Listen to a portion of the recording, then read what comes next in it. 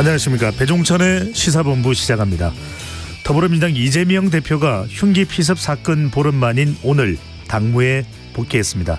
복귀한 이 대표 가재가 산적해 있는데요. 당내 공천 자본부터 선거제 개편 등을 어떻게 처리해야 할지 관심을 모으고 있습니다. 이런 가운데 이낙연 전 더불어민주당 대표가 이끄는 신당 새로운 미래가 어제 창당 발기인 대회를 열고 본격 창당 작업에 들어갔는데요. 잠시 후 정치의 품격에서 이낙연 전 대표 모시고 이야기 나눠보겠습니다. 요즘 한파가 계속되고 있는데요. 이런 상황에 거리에서 술에 취해 몸을 가누지 못한 분들을 보면 걱정부터 앞섭니다. 최근 한파에 취객이 집 앞에 방치돼 있다 숨진 사건과 관련해 그를 집 앞에 데려다줬던 경찰관이 유죄 판결을 받은 것이 논란이 되고 있습니다. 사건 본부에서 자세히 살펴보겠습니다. 1월 17일 수요일 배종찬의 시사본부 지금 출발합니다. 1부 마지막에 듣는 노래 디저트송 신청도 기다립니다.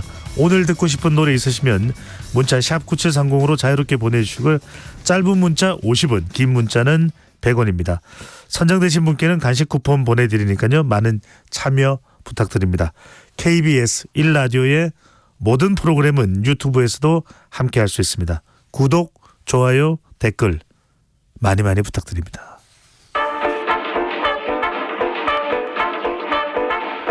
배종찬의 시사본부 한입뉴스. 오늘의 핵심 뉴스 한입에 정리하는 한입뉴스 조현정 시사평론가와 함께합니다. 어서 오십시오. 안녕하세요. 네. 오늘따라 인사가 비장해 보이네요. 오늘도 굵직한 뉴스들이 많기 때문에 한 입으로 정리해서 먹기 좋게 드리겠습니다. 반입은 안 되고 한 입입니다. 자, 먼저 북한 소식입니다. 정부가 북한의 불법 해상 환적과 해상에서 이렇게 물건을 옮기는 것을 말하죠. 대북 유류 반입, 밀수출 등에 관여한 선박 11척을 독자 제재 대상으로 지정했다고요? 네, 외교부가 오늘 이 북한의 불법 해상 활동에 관여해서 북한 핵과 미사일 개발을 지원한 선박 11척, 개인 2명, 기관 3개를 대북 독자 제재 명단에 올렸다고 밝혔습니다. 네. 이 개인 제재 대상으로는 주단동 백설무역 소속 박경란 북한 불법 해상 환적 노동자 송출에 관여한 민명학 리상무역 총사장이 포함됐습니다. 그동안 북한이 이 해상에서 이런 식으로 선박 간의 유류 환적을 하거나 석탄 밀수출을 하는 식으로 유엔 안보리 제재를 회피할 수 있는 여러 행위를 통해서 물자와 자금을 조달받았고 이 돈으로 결국에는 핵미사일을 개발해온 것으로 파악을 하고 있는데요. 이번에 지정된 선박 11척 중에서 유럽연합이 그 전에 제재 대상으로 지정했던 2척을 제외하고는 모두 한국 정부가 독자 제재로 지정을 하게 된 거고요. 우리 정부가 이렇게 선박의 독자 제재를 재개한 건 2016년 이후 8년 만의 일입니다. 네. 그간의 정부는 무기, 금융거래, 노동자 송출 등에 연루된 개인이나 기관을 제재를 해오긴 했는데 여기에다가 해상 분야까지 제재 대상에 올린다는 의지를 보이게 된 거고요. 이번 제재 대상 선박들은 이제 국내 입항 허가를 받지 않으면 입항이 불가능해집니다. 국민이 제재 대상과의 거래를 하려면은 한국은행 총재 또는 금융위원회의 사전 허가가 필요합니다. 네. 자, 이 제재로 최근 남북관계가 상당히 또 긴장감이 고조되고 있습니다. 긴장감이 더 고조될 수도 있는 상황으로 보입니다. 자, 국민의힘으로 가봅니다. 국민의힘 공천관리위원회가 어제 공천 룰을 발표했는데요. 공천 룰 주요 내용 어떤 내용입니까? 예, 우선 지역구를 4개의 권역으로 나누고요. 각 네. 권역별로 하위 10% 평가를 받은 현역 의원은 공천에서 원천 배제하기로 했습니다. 이렇게 되면 현역 의원 총 7명 정도가 컷오프 되는 걸로 계산이 되는데 네. 또 하위 30% 이하 대상자는 경선 득표율에서 20%를 감산하기로 했습니다. 이 현역 의원 평가는 당무감사, 공관위 주관조사, 기여도, 면접 이렇게 합산을 해서 이루어지게 되는데요. 여기서 3선 이상 의원들에게는 더 엄격한 룰이 적용됩니다. 네. 동일 지역구에서 3선 이상을 한 경우가 해당이 되는데요. 경선 득표율에 15% 감점을 적용합니다. 그러면 동일 지역구 3선 이상이 여기에다가 하위 10에서 30% 안에 들었다면 최대 35% 감점까지도 받게 되는 겁니다. 대거 물갈이를 하겠다라는 방향으로 이해를 해야 되겠네요. 예, 그래서 이 여당은 그 자리는 대신에 청년 등을 공천을 해서 좀 세대 교체를 이루겠다라는 그림을 그리고 있고요. 만 44세까지의 청년에게는 최대 20%의 가산점을 주겠다는 방침입니다. 지금으로서는 동일 지역구 3선 이상 의원이라고 하면 20명 조금 넘는 것으로 파악이 되는데 이분들 중에 이제 하위에 속하는 명단은 아직은 알 수 없고 그게 또 드러나봐야 윤곽이 나올 것 같습니다. 네. 보통의 경우에는 누구일 것 같다 이런 게 이제 보도되면서 상당히 공천 갈등이 불거지곤 하는데 그 상황 좀 지켜봐야 될 것 같고요. 방금 전에 권역별로 나눈다고 했는데 지역별로 여론조사 비중은 어떻게 됩니까? 예, 이게 당원 투표하고 일반 여론조사 국민 투표를 합산을 하잖아요. 네. 근데 그걸 권역에 따라서 비율을 좀 차등을 두기로 했어요. 그러니까 여당 우세 지역이라고 할 수 있는 서울 강남 3구나 대구 경북 부울경 강원에서는 기존 룰대로 갑니다. 당원 50%, 여론조사 50% 이렇게 들어가고 5대5입니다. 네. 반면에 강남 3구를 제외한 서울 수도권, 호남, 충청 지역에서는 8대2. 일반 국민 여론조사가 80% 들어가고요. 당원이 20% 들어갑니다. 당선 가능성을 더 많이 신경 쓰겠다 이렇게 해석이 되네요. 예, 어떻게 설명을 했냐면 이 국민의힘이 열세라고 판단이 되거나 당원이 많지 않은 지역에서는 5대5로 가면 좀 지역 의사를 반영하기 어렵다고 판단을 한 거예요. 그래서 본선 경쟁력을 갖추기 어렵다고 판단을 하고 이렇게 차등을 뒀다고 설명을 했고요. 전반적으로는 그 김기현 혁신위원회가 제안했던 하위 20% 컷오프 권고와 비교를 하면 10%포인트 줄어들긴 했습니다. 그리고 또 추가적으로 도덕성 기준도 높이겠다는 방침을 발표를 했는데요. 성폭력 2차 가해라든가 마약, 학교폭력, 직장 내 괴롭힘, 전력이 있으면 부적격자에 해당하고 또 2018년 12월 이때 윤창호법 시행 이후에 한 번이라도 음주운전을 한 경우에는 역시 부적격입니다. 네. 또 갈등 조장과 막말, 당내 분란 이렇게 세 가지를 3대 불가 원칙으로 내세웠는데 이 3대 불가 원칙에 반하는 행위가 드러날 경우에는 공천심사에 적극 반영하겠다고 밝혔습니다. 상당한 변화가 또 예상됩니다. 윤지혁 국민의힘 원내대표는 비례연합정당과 위성정당을 작심해서 비판하면서 병립형 비례대표제 복원을 주장을 했네요. 네. 윤재욱 원내대표는 선거가 야바 위판도 아닌데 무슨 페이퍼 컴퍼니도 아니고 위성정당은 말이 되는 이야기냐 라면서 병립형 비례대표제 회귀를 촉구했습니다. 이 비례연합정당에 대해서는 야합을 통해 의석수를 늘리려는 꼼수다 이렇게 규정을 하고 준연동형 비례제는 자기들끼리 의석을 나눠 먹겠다는 의미다. 이렇게 해석을 했는데요. 민주당은 즉각 윤재욱 원내대표 주장에 반발했습니다. 병립형이라고 해서 순기능만 존재하는 건 아니기 때문에 여러 가지 대안을 폭넓게 감안을 하고 그걸 논의를 해야지 한 가지 주장은 마치 이렇게 꼼수로 몰아가고 규정하는 건 옳지 못한 태도라는 입장입니다. 또 비례연합에 대해서는 애초에 이거는 민주당이 주도를 한 것도 아니고 순번 지정에 민주당이 관여하는 모델도 아니다라는 반발도 나오는 것으로 알려졌고요. 그럼에도 불구하고 이 비례연합정당도 결과적으로는 좀 위성정당의 역할이나 그런 상징을 갖기 때문에 이에 대한 그런 보완책에 대해서도 민주당은 고민이 깊어지는 모습입니다. 네, 그렇군요. 각 당별로 이 공천이 역시 가장 중요할 수밖에 없고 가장 민감한데 국민의힘의 정영환 공천관리위원장이 오늘 오전 컷오프 방침과 관련해서 실제 상황에서는 더 나올 수 있다. 이렇게 또 엄포를 놨네요. 예. 그러니까 사실은 이번에 발표한 거는 굉장히 초기 모델이고 그래서 이게 10%이긴 하지만 나머지 또 20% 평가자도 있다라는 걸 다시 상기시키면서 그러니까 실제 상황에서는 더 나올 수 있다는 거죠. 정 위원장은 경선에서 어떤 인물이 나오는지에 따른 변수도 있기 때문에 기다려보면 된다라고 설명을 했고요. 그리고 또 일각에서 제기되는 그런 공천 학살 우려. 사실 이번에 이 룰 발표가 나오면서 또 어느 지역은 떨고 있다. 뭐 이런 진단도 나오고 있는데 흔들릴 수밖에 없거든요. 그래서 이 부분에 대해서 이야기를 하면서 현역 중에 활동 잘하는 분들이 10%에 들 리가 없지 않냐. 10% 컷오프는 아주 잘못한 분들 대상이기 때문에 그렇게 뭐 걱정하지 않아도 된다라는 취지로 이야기를 했고요. 공관위는 다음 주에 2차 회의를 엽니다. 이때 단수공천 지역 선정 기준 등을 확정할 방침이고 오는 22일부터 28일까지 7일간 관련 내용을 공고한 뒤에 29일부터 다음 달 3일까지 6일간 후보자 접수를 받게 됩니다. 그렇군요. 2월 한 달 내내 또 3월 초까지는 공천의 시간이 될 것으로 보입니다. 민주당으로 가봅니다. 이재명 더불어민주당 대표가 당무 복귀를 했습니다. 피습 사건 이후 15일 만인데요. 오늘 이재명 대표 출근길에 있었던 발언부터 듣고 오겠습니다. 세상 모든 사람들이 겪는 이 현실적인 어려움에 그 고통에 비한다면 제가 겪은 이런 일들은 어쩌면 사소한 일이라고 생각이 됩니다. 새해 벽두에 많은 분들 놀라셨을 것 같은데 제게 주어진 그리고 우리 국민들께서 맡긴 책임을 최선을 다해 수행하도록 하겠습니다.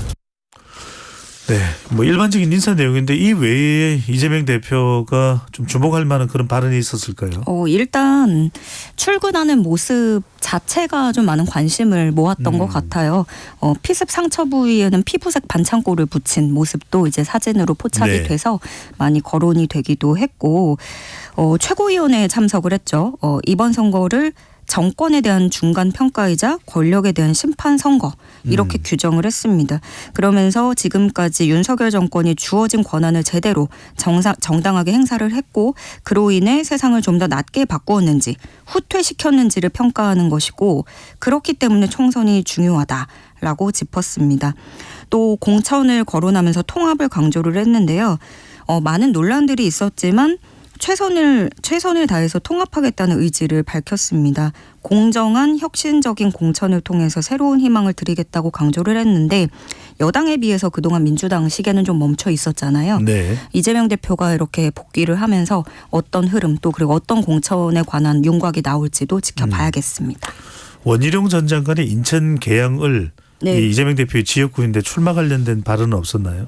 그 부분에 대해서는 아직은 네. 이재명 대표의 그런 공식적인 반응은 없었고요. 다만 아무래도 그게 조금 더 당무 복귀를 빠르게 땡긴 건 아닌지 이런 추측도 나오고 있습니다. 알겠습니다. 이낙연 전 대표가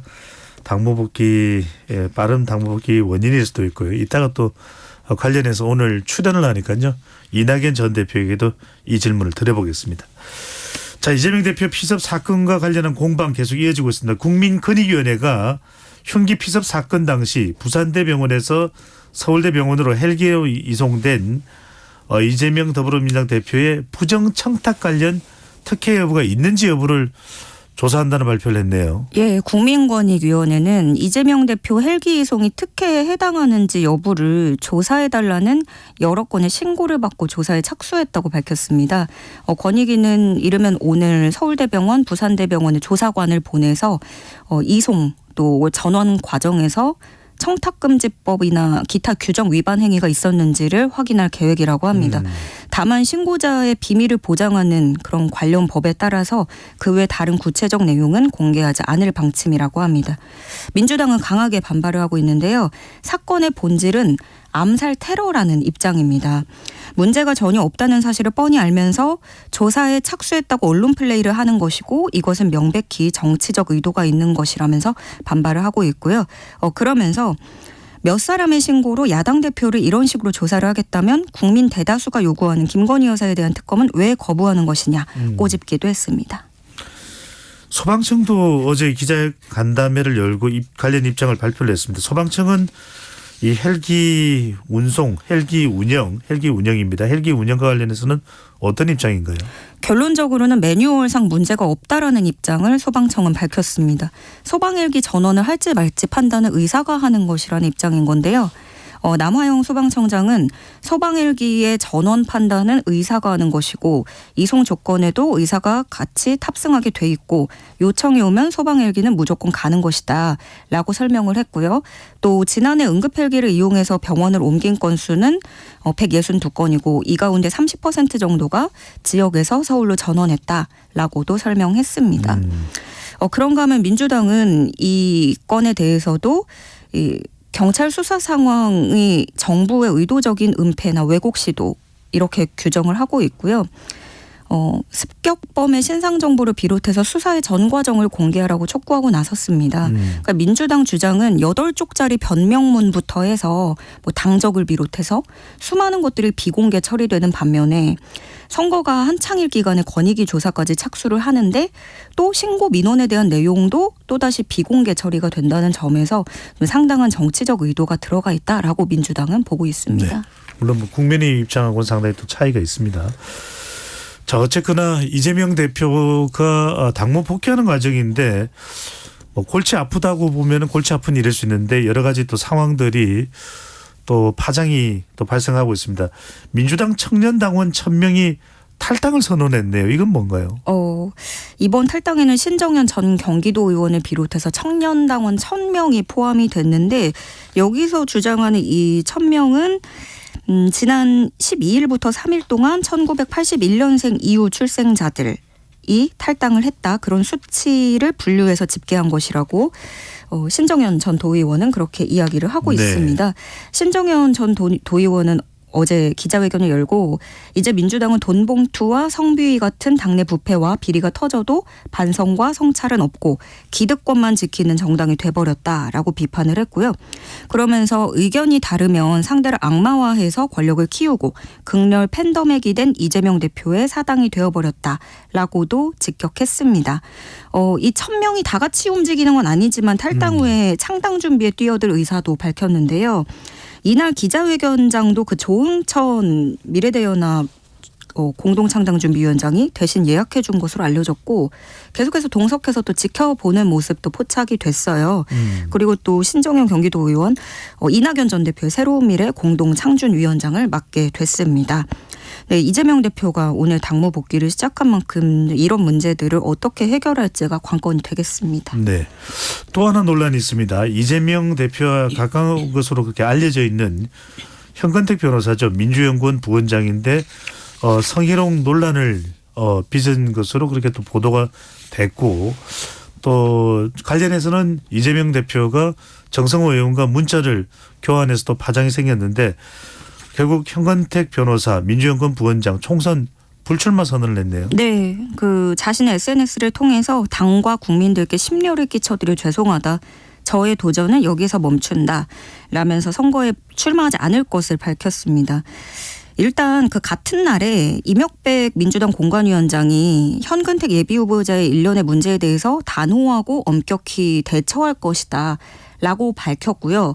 그렇게 밝힌 지 한 3시간여 만에 불출마 의사를 내놓은 겁니다.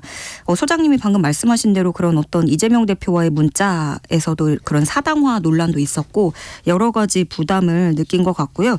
그동안 그 현근택 부원장이 피해자와 합의를 시도 중인 것으로 알려지면서 여기서도 뭐 2차 가해 논란이 불거지거나 좀 긁어부스럼이 되는 모습까지 되어버렸는데 결국 공관위가 나선 모습이었고 그러다가 3시간여 만에 불출마를 선언했습니다. 자연스럽게 시선은 이제 비슷한 상황에 처해 있는 예비 후보자들로 쏠리게 되는데요. 네. 대표적으로 정봉주 의원이 가장 많이 거론이 되고 있습니다. 박용진 의원은 정봉주 의원을 거론하면서 지적을 했는데 여기에 또 정봉주 의원은 본인이 완전 무죄가 된 내용이다라고 주장을 하면서 허위사실 공표로 선거법 위반이 될 수 있는 가짜 미투다 이렇게 주장하기도 했습니다. 네. 미투 관련 의혹을 받는 것에 대한 이야기고요. 자, 이 시각 교통정보 듣고 한입뉴스 이어가겠습니다. 정현정 리포터. 네, 도로 곳곳으로 비와 눈이 내리고 있습니다. 도로 살얼음이 생겨서 많이 미끄러운데요. 평소보다 앞차와의 안전거리 유지 넉넉하게 해주셔야겠고요. 전방 주시도 잘 하셔야겠습니다. 먼저 경부고속도로 서울 쪽인데요. 달래내고개에서 반포까지 정체고요. 대전 부근에서는 승용차가 고장나서 처리하고 있습니다. 반대 부산 쪽으로는 수원 부근 진출로 갓길에서는 승용차 사고 처리하고 있고요. 서울 양양고속도로 서울 쪽으로 서양양 부근에서는 고장난 차가 서 있습니다. 서해안고속도로 서울 쪽으로는 일직분기점에서 금천까지 제속도 못 내고요. 반대 목포 쪽으로는 안산분기점에서 순산터널까지 정체입니다. 팔탄분기점에서부터 막히고요. 서산휴게소에서는 고장난 차가 서 있어서 주의가 필요하겠습니다. 영동고속도로 강릉 방향은 문막휴게소 부근은 작업을 하고 있어서 2차로가 막혀 있고요. 문막 나들목부터 만종분기점까지 정체입니다. 중부고속도로 남이 쪽으로는 호법분기점에서 모가 부근까지 막히고요. 경인고속도로 서울 쪽으로 부천 부근에서 신월까지 정체입니다.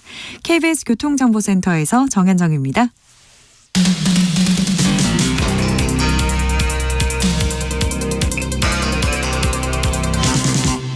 배종찬의 시사본부. 조현정 시사평론가와 함께 한입뉴스 이어갑니다. 신당으로 가봅니다. 잠시 뒤에 출연 예정인 이낙연 전 대표 관련 소식입니다. 이낙연 전 대표가 속한 가칭 새로운 미래가 어제 창당준비위원회를 발족했는데요. 어제 창당 발기인대회에서 있었던 이낙연 전 대표의 발언부터 듣고 가겠습니다. 우리는 과거와 결별하고 새로운 미래로 갑니다. 그러자면 새로운 미래에 걸맞은 새로운 정당을 만들어야 합니다. 우리는 상향식 네트워크 정당을 지향할 것입니다. 윤석열 정권을 가장 준엄하게 비판하고 가장 확실하게 심판할 것입니다. 네. 보통 이제 이낙연 전 대표 그런 목소리가 굉장히 엄중하죠. 톤이 그 베이스인데 테너 톤이 나왔어요. 윤석열 정권을 가장 준엄하게 비판하고 가장 확실하게 심판한다. 자, 그러면서 또 새로운이라는 이야기가 많이 나왔네요. 네. 이제 그 행사장에도 그 삼지대 표방하는 그 정치권 인사들이 참석해서 다 같이 연대 의지를 밝혔고 들으신 대로 그간의 톤과는 사뭇 다른 모습이 예, 굉장히 저도 눈에 띄었는데 바리톤이 테너가 됐어요. 그 주요 당직자도 선임을 했습니다. 공동창당준비위원장으로 이석현 전 국회부의장, 신정현 전 경기도의원, 서효영 변호사가 선출이 됐고 아까 이야기했던 그 신정현 경기도 의원인가요? 맞습니다. 네. 그 청년 탈당에 참여한 분이고요. 이제는 이낙연 전 대표가 아니라 인재위원장이라고 불러야 될 것 같아요. 이낙연 전 대표는 인재위원장을 맡았습니다. 새로운 미래는 이것을 시작으로 앞으로 정당법에 따른 창당 설립 요건을 갖추기 위해서 각 시도당 창당대회를 거쳐서 중앙당 창당대회를 개최할 방침인데요. 상세한 건 이따가 직접 들어보시는 게 좋을 것 같습니다. 네. 준비가 안 됐나요? 아, 그런 건 아닙니다. 제가 말을 더 줄이고 이따가 더 듣는 걸로. 알겠습니다. 자, 자세한 내용은 이따가 2부에서 이낙연 전 대표를 직접 스튜디오로 모셔서 관련된 질문을 해보겠습니다. 자, 개혁신당 이야기입니다. 이준석 전 대표의 가칭 개혁신당이 이제 가칭인가요? 그냥 개혁신당으로 정해진 거 아닌가요? 그렇죠. 예, 그렇죠? 뭐 그 로고까지 발표를 했으니까 그러지 네. 않을까요? 예. 더 이상 가칭이 아닙니다. 개혁신당의 4호 정책이 나왔는데 1, 2, 3호도 조금 가물하긴 합니다만 대통령 배우자법을 제정하기도 밝혔네요. 어떤 내용입니까? 예, 그러니까 법안을 통해서 대통령 배우자와 가족에 대한 그런 지원은 물론이고 이전과 관련한 법적 근거를 명문화하겠다. 이것이 골자입니다. 그러니까 개혁신당 측은 대통령 배우자는 고위공직자로 간주하는 게 맞다고 주장을 하는 겁니다. 그동안 법적 지위가 없이 대통령 배우자란 이유만으로 권력을 행사해온 관행 또 그것을 견제할 근거가 없는 게 문제의 핵심이라고 진단을 했습니다. 그러면서 대통령의 배우자가 명품백을 수수한 모습이 공개됐고 촬영을 당할 정도로 경호는 무력했다라고 지적을 했는데 뭐 김건희 여사 관련한 논란들을 겨냥한 것이기도 하지만 전체적으로는 통틀어서 대통령 배우자 이렇게 명시를 하고 있고요. 또 대통령 배우자와 관련해서 형사상 소추의 원칙과 뇌물죄, 청탁금지법 등의 적용을 명확히 규정하고 대통령 배우자의 모든 공적 활동에 대한 기록, 보존 또 공개를 의무화하겠다고도 선언했습니다. 네. 뭐 대통령 배우자 관련된 건 뭐 이전부터도 계속 또 논란이 됐던 부분이기 때문에요. 이 부분은 뭐 관련된 법을 개혁신당에서 또 제안을 했습니다. 자, 군인권센터로 가봅니다. 군인권센터가 어제 기자회견을 열고 최상병 사건에 경찰 지휘부가 개입한 정황이 있다. 이런 의혹을 제기했네요. 네, 앞서 해병대 수사단은 경북경찰청의 임성근 당시 해병대 1사단장 등을 업무상 과실치사 혐의로 수사자료를 이첩을 했었습니다. 그런데 국방부 검찰단이 이것을 경찰로부터 회수를 하는 일이 있었거든요. 이걸 두고 군인권센터에서는 경찰은 정당하게 이첩 절차를 밟은 기록을 통째로 국방부 검찰단에 넘겨주고 행위를 정당화할 명분을 찾고 있었다라고 주장하고 나섰습니다. 녹취 파일도 공개했다고 하는데 어떤 내용인가요? 그러니까 이거는 두 건입니다. 그 해병대 수사단 A 수사관과 경북경찰청 B 팀장이 통화한 녹취 파일 2개. 공개가 된 건데요. 이 통화는 국방부 검찰단이 문제의 기록을 회수해 갔다는 그 지난해 8월 2일과 3일 이렇게 두 차례 이루어졌습니다. 우선 첫 번째 녹취에는 당시 경북경찰청에서 이루어졌던 기록 회수가 명백한 탈취이고 탈취 과정에 경찰 지휘부가 개입돼 있다는 증거가 되는 내용이 담겨 있는 것으로 전해졌는데 그러니까 이 통화 내용을 보면 해병대 수사단으로부터 사건 기록을 경찰이 인계했다고 왜 명확히 밝히지 않느냐는 A 수사관이 말을 하니까 B 팀장은 내부 검토 중에 있다. 지휘부 검토 중이다. 라는 답변을 했고 그래서 이 군인권센터는 여기서 말하는 이 검토라는 것 자체를 걸고 넘어지는 겁니다. 네. 또 다음 날인 지난해 8월 3일 두 번째 녹취입니다. 이건 항명죄로 압수수색을 당하고 있는 해병대 수사단 수사관에게 경북경찰청 담당 수사관이 울면서 미안해하는 내용이 담겨 있다고 전해집니다. 네. 경찰의 관련 내용에 대한 설명이 추가적으로 있습니까? 아직은 그런 건 없고요. 군인권센터는 이 검토 과정에 참여한 사람을 반드시 밝혀내야 되고 네. 경찰도 수사 외압 사건의 수사 대상이다라고 덧붙인 상황입니다. 알겠습니다. 아직까지는 군인권센터의 주장이니까요. 경찰이나 또 관련 관계자의 또 발언이 나오면 또 의견이 나오면 추가적으로 소개를 해드리겠습니다. 자, 검찰이 이태원 참사 관련 김광호 서울경찰청장을 재판에 넘길지 결정하기 위해서 사건 재검토에 들어갔다고 하는데 이게 지금 위원회에서 나온 것이 약간 기소 쪽에 무게가 실렸다는 것이죠? 네, 아무래도 일전에 검찰수사심의위원회가 그 김광호 서울경찰청장을 재판에 넘겨야 된다 이렇게 기소 권고를 했었죠. 김광호 청장은 안전사고 대비가 필요하다는 보고서 3건을 보고받고 위험 요인을 이미 알고 있었음에도 어떤 대책도 수립하지 않았다는 혐의를 받고 있습니다. 이번에 이 검찰수사심의위가 기소 권고를 내린 만큼 검찰 부담도 커지면서 최종 처분도 기소에 무게가 실릴 거라는 관측이 지배적인데요. 그러니까 법정에서 다퉈보기도 전에 이런 권고를 외면하게 된다면 여론 부담을 고스란히 검찰이 떠안을 수 있고 게다가 또 이원석 검찰총장도 기본적으로 이 수심위의 의견을 수사심의위의 의견을 검찰이 존중할 필요가 있다는 입장이라고 전해지고 있습니다. 네. 수사심의위 권고는 강제력이 없기 때문에 이제 남은 결정은 검찰의 몫이 됐습니다. 그렇습니다. 뭐 이제 기소가 되는 건 재판을 받는다는 이야기니까 아직까지 유죄 확정이 되거나 네. 또 무죄로 가려지거나 이런 게 아니고 유무죄가 가려진 것이 아니기 때문에 재판을 할지 여부를 결정한다 이렇게 이해를 하시면 되겠습니다. 자, 윤석열 대통령이 오늘 오전에 옥시찬, 김유진 방송통신심의위원회에 대해서 해촉안을 제거했습니다. 그러니까 해고가 됐다는 이야기인데 예. 그 이유가 뭡니까? 그러니까 이 재가를 하기 전에 지난 12일에 전체 회의에서 두 위원회에 대한 해촉 건의안을 의결을 방심위가 했거든요. 그러니까 옥시찬 위원 같은 경우에는 류일인 방심위원장이 가족과 지인을 동원해서 뉴스타파 보도 등에 대해서 방심위에 민원을 넣도록 했다는 의혹을 제기를 했죠. 그 당시에 그렇게 의혹을 제기하면서 욕설과 함께 서류를 집어던졌다 이런 부분에 대해서 문제가 돼서 해촉이 건의가 됐고 김유진 위원 같은 경우에는 비밀유지 의무 위반이 명시가 됐는데 그러니까 당일 회의 안건을 특정 언론에 공개했다. 요거를 문제 삼고 있는 겁니다. 근데 두 사람은 모두가 지난 문재인 정부 때 임명한 인사죠. 이로써 방송통신심의위원회는 정원 9명 중에 5명만 남게 됐고요. 여야 추천 인사 비율은 4대 1이 됐습니다. 그럼 앞으로 윤 대통령은 대통령 몫을 추천할 수 있는 2명을 또 새롭게 임명을 할 예정인데 이렇게 되면 뭐 일시적으로라도 여야 비율이 6대 1로 들어가는 거죠. 여권의 압도적 우위로 재편될 것으로 보입니다. 여야 간에 좀 공방이 되겠네요. 이 부분 가지고요. 예, 그렇습니다. 이 두 사람은 두 위원은 사실 계속해서 여기 반발을 했었던 거고 그거에 대해서 어떤 뭐 품위 유지를 위반했다라는 식으로 해촉을 한 거기 때문에 이 부분에 대해서는 다시금 좀 불이 붙을 것으로 보입니다. 네.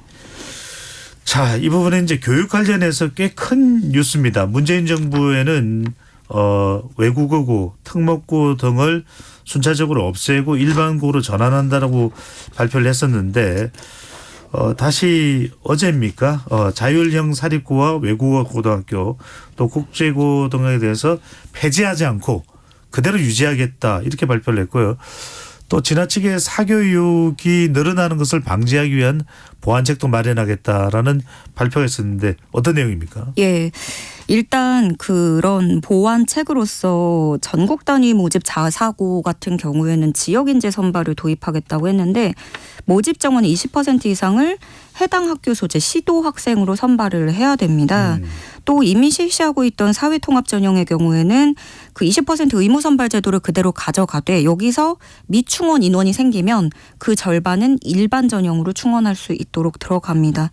그러니까 교육부는 선택의 자유를 존중하고 공교육의 다양성과 창의성을 확대하기 위해서 이렇게 법 개정을 시행하게 됐다고 밝혔는데 그동안 문제가 됐던 건 이거죠. 고교 서열화에 따른 사교육이 더 과열할 수 있다라는 우려. 이 부분에 대해서는 이 교육부는 입학 전형 영향평가를 실시하겠다는 방침입니다. 뭐 가령 면접 문항이나 전형 정보를 공개하도록 해서 어떤 수험생들이 그런 예측 가능성을 확보하게끔 한다는 거죠. 그리고 이걸 위반하면 제재 조치에도 적극적으로 시행하겠다는 계획인데 사실 여기에도 이미 의구심의 목소리는 나옵니다. 왜냐하면 예측 가능성을 확보한다고 한들 학원에서 또 그런 것들을 미리 접수를 하고 이렇게 몰릴 수 있는 거잖아요.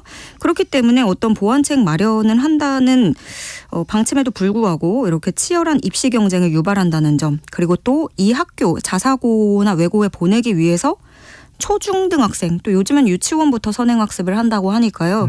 그 부분을 야기할 수 있다는 우려는 또 피하기 어려워 보입니다. 네. 유치원부터 선행학습을 한다. 정부에서는 교육 선택은 보장이라고 했는데 가장 중요한 것은 학생들이 뭘 원하는지가 가장 중요하다는 생각이 듭니다. 지금까지 한입뉴스 조현정 시사평론가와 함께했습니다. 잘 들었습니다. 네, 감사합니다. 오늘의 디저트송입니다. 4798님의 사연입니다. 오늘도 KBS 1라디오를 BGM으로 배경음악으로 틀어놓고 있습니다. 서울은 눈이 온다는데 제가 있는 제주도는 봄 날씨입니다. 아, 제주도군요. 이제 겨울도 얼마 남지 않았다는 생각이 드네요. 봄을 기다리면서 이 겨울을 즐겨보아요. 네, 간식 쿠폰 보내드리겠습니다. 자, 좋은 사연 감사드리고요. 오늘의 디저트송입니다. 자이언티 피처링 이문세의 눈 들으면서 입으로 돌아오겠습니다.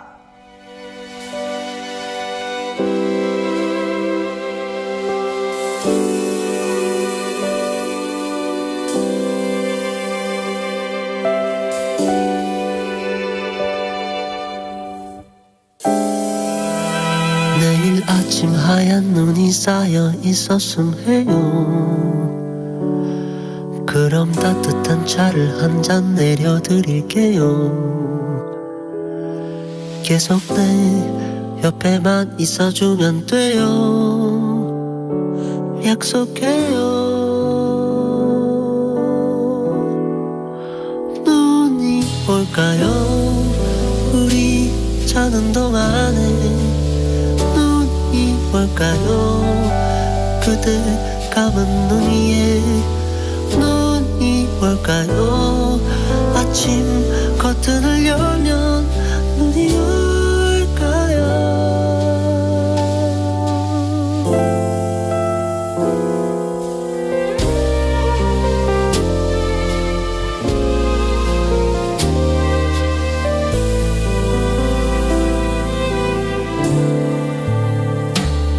서두르지 마요. 못다한 얘기가 있어요. 잠이 들고 나면 오늘은 어제가 돼버려요. 계속 내 곁에만 있어주면 돼요. 약속했죠. 눈이 올까요? 우리 자는 동안에 눈이 올까요? 그대 감은 눈 위에 눈이 올까요? 아침 커튼을 열면 눈이 올까요?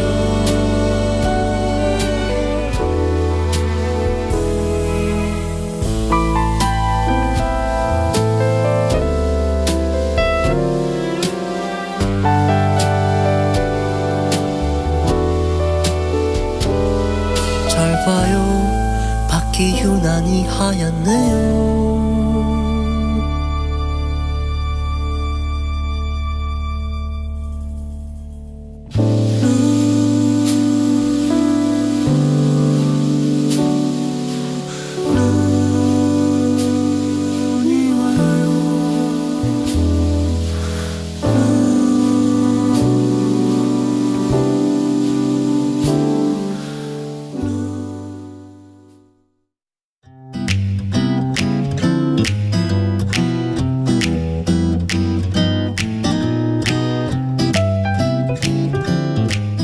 안녕하세요. 바른말, 고운말입니다. 제주 올레길은 제주 지역의 풍경과 정취를 느낄 수 있도록 걷기 좋게 조성한 길이죠. 마을의 큰 길과 연결된 집 앞의 골목길을 이르는 제주도 방언에서 유래한 단어입니다.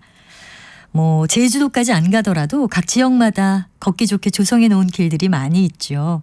서울 둘레길은 2009년부터 조성하기 시작한 서울의 역사, 문화, 자연 생태를 탐방할 수 있는 서울의 대표적인 길입니다. 둘레길은 산이나 호수, 섬 따위의 둘레를 걷기 좋게 조성한 길을 말하는데요. 아직 표준으로 인정된 것은 아닙니다. 그 외에도 충북에는 자드락길이 있는데요. 자드락길은 나지막한 산기슭에 비탈진 땅에 난 좁은 길을 뜻하는 우리 고유어 표현입니다. 그렇다면 아이는 차 안이 갑갑했던지 자꾸만 엄마에게 자드락거렸다. 이 예문에 나온 것처럼 자드락거리다는 무엇을 뜻하는 말일까요? 자드락거리다나 자드락대다는 충북의 자드락길과는 전혀 관계가 없고요. 남이 귀찮아하도록 자꾸 성가시게 굴다를 뜻하는 우리 고유어 동사입니다. 또 자드락을 2번 반복하는 자드락하다란 동사 역시 자꾸만 남이 귀찮아하도록 성가시게 굴다를 뜻하는 단어입니다. 바른말 고운말 아나운서 변희영이었습니다.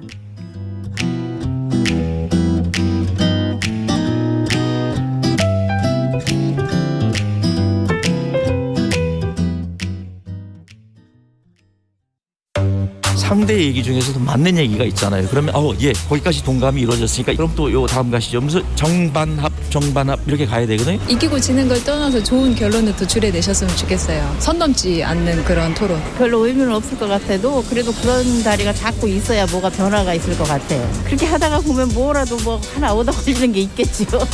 시민논객 여러분을 기다립니다. 평일 저녁 7시 20분 KBS 열린토론.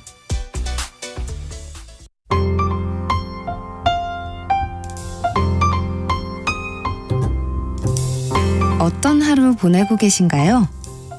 눈코 뜰 새 없이 바쁘게 지나가는 한 주. 월요일부터 금요일, 매일 밤 10시부터 12시까지는 오롯이 당신만을 위한 시간입니다. 당신을 위한 지식 쉼터. 오늘 밤 일라디오.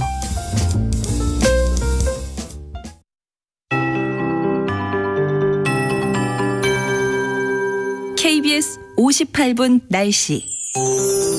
남은 한 주 추위 걱정 없지만 비나 눈이 자주 내려 조심히 활동하셔야겠습니다. 서쪽의 구름대가 전국으로 확대하고 있습니다. 일시적으로 수도권에 눈발이 강했는데요. 낮에는 기온이 오르면서 비와 섞여 내리는 곳이 많겠습니다. 내일까지 대부분 지역에 5에서 20mm의 비가 오거나 경기 북부, 강원 내륙에 1에서 3cm의 눈이 오겠습니다. 내일 아침 수도권과 강원 영서부터 그치기 시작해 오후에 그 밖의 지역도 그칠 텐데요. 남부지방은 모레부터 주말 사이 다시 내리겠고 강원 영동과 제주도는 일요일까지 길게 이어지겠습니다. 특히 강원 산지의 경우 모레까지 최대 10에서 15cm 이상 많은 눈이 오겠고 이후로도 폭설이 우려돼 대비가 필요합니다. 한편 건조주의보가 이어지는 동쪽 지역에 바람도 강하게 불어 화재 사고 나지 않도록 주의하셔야겠고요. 동해 바깥 먼바다의 물결이 4m까지 매우 높게 일겠습니다. 오늘과 내일 중서부 지역은 공기질이 좋지 않겠습니다. 오늘 낮 기온은 서울이 3도, 남부지방은 10도 안팎까지 오르겠고요. 내일 아침은 서울이 영상 2도, 대전 3도, 강릉 5도, 광주 8도, 부산 11도로 주말까지 추위는 주춤하겠습니다. 지금 서울의 기온 0.7도입니다. 박다우입니다.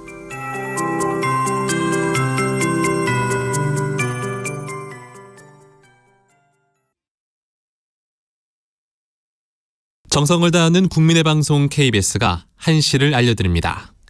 AM 711kHz, FM 97.3MHz, KBS 1라디오입니다. HLKA.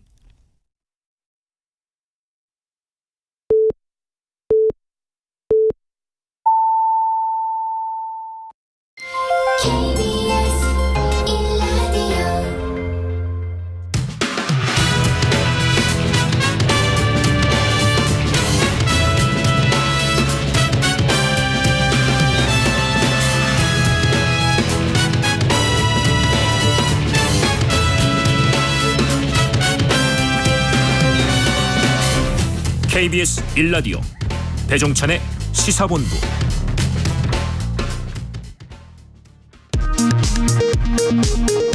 이 시각 라디오 정보센터 뉴스입니다. 윤석열 대통령이 소액 주주들이 제 목소리를 낼 수 있도록 전자주주총회를 제도화하는 등 상법 개정을 추진하겠다고 밝혔습니다. 오늘 서울시당 신년 인사회에 참석한 국민의힘 한동훈 비상대책위원장은 민주당이 지난 총선 때 서울의 지역구 대부분을 가져갔다며 그러다 보니 자질과 태도가 나쁜 사람, 운동권 인맥 하나뿐인 사람이 국회의원을 하고 있다고 말했습니다. 흉기 피습 사건 보름 만인 오늘 당무에 복귀한 더불어민주당 이재명 대표는 법으로도 펜으로도 칼로도 결코 죽지 않는다며 이번 선거는 정권에 대한 중간평가이자 권력에 대한 심판선거라고 밝혔습니다. 이재명 민주당 대표의 경기지사 시절 경기도가 지역화폐, 대북 교류 사업 등을 추진하면서 민간 사업자에 대한 관리 감독을 부실하게 했다고 감사원이 밝혔습니다. 감사원은 이 대표를 겨냥한 감사라는 해석을 부인했습니다. 그제부터 오늘까지 제주 남방 공해상에서 실시한 한미일 3국 해상훈련에서 일본 해상자위대 군함 2척이 군국주의 상징으로 널리 알려진 우길기를 개항한 것으로 확인됐습니다. 군 당국은 이에 대해 군함이 군대 등을 상징하는 깃발을 다는 것은 전 세계적으로 통용되는 사항이라고 밝혔습니다. 지금까지 라디오 정보센터 조진주였습니다.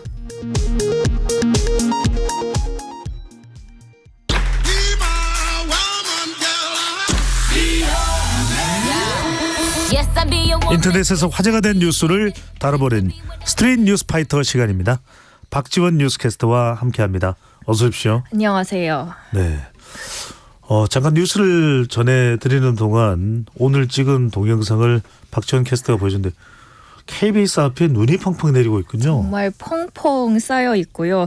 눈길 그래서 더 꼭 조심하셔야 될 것 같습니다. 그렇군요. 지금 서울에 지금 창밖을 내다보면 집에 계신 분, 방 안에 계신 분들은 창밖을 내다보면 엄청난 눈이 내리고 있다고 합니다. 자, 첫 번째 소식입니다. 오는 23일에 서울에서 무제한으로 대중교통을 이용할 수 있는 정기권인 기후 동행카드가 판매된다고요? 카드 한 장으로 월 6만 원대의 대중교통뿐만 아니라요. 서울의 공공자전거죠. 따릉이까지 횟수 제한 없이 이용할 수 있게 됩니다. 네. 기후 동행카드는 우선 따릉이 이용 여부에 따라서 6만 2천 원권과 6만 5천 원권 이 두 가지가 출시가 되고요. 다운로드 판매는 23일부터 시작이 됩니다. 첫 차 이용은 27일부터라는 점 기억해 두시면 좋을 것 같습니다. 구입 방법은 모바일 카드 그리고 실물 카드 이렇게 두 가지로 나뉩니다. 네. 자, 궁금해지는데요. 모바일과 실물 카드가 휴대폰 종류에 따라서 사용 가능한 방법이 나눠진다고 하는데 좀 잘 이해는 안 되는데 어떻게 되는 겁니까? 제가 설명을 쉽게 드리자면 먼저 나는 안드로이드 폰 이용자다 하시는 분들은 모바일 카드를 사용하시면 됩니다. 그러면 이걸 어떻게 사용하냐? 모바일 티머니 앱을 다운받으신 후에요. 첫 화면에 기후 동행 카드가 보이실 겁니다. 네. 여기에다가 계좌를 등록한 뒤에 계좌 이체 방식으로 충전을 한 후에 이용을 하시면 됩니다. 아, 그러면은 한 달에 얼마를 이용했던 것 간에 이제 정해진 그 비용만 지불이 되면 된다는 의미일 텐데 아이폰, 애플에서 만들어진 아이폰을 사용하는 사람들은 어떻게 해야 되나요? 아이폰 이용자들은요, 이제 실물 카드를 이용하셔야 되는데요. 지하철 고객 안전실에 가셔서 기후 동행 카드 주세요라고 하시면 현금 3,000원에 구매하실 수 있습니다. 충전 단말기에서 현금 충전을 하셔서 사용을 하시면 됩니다.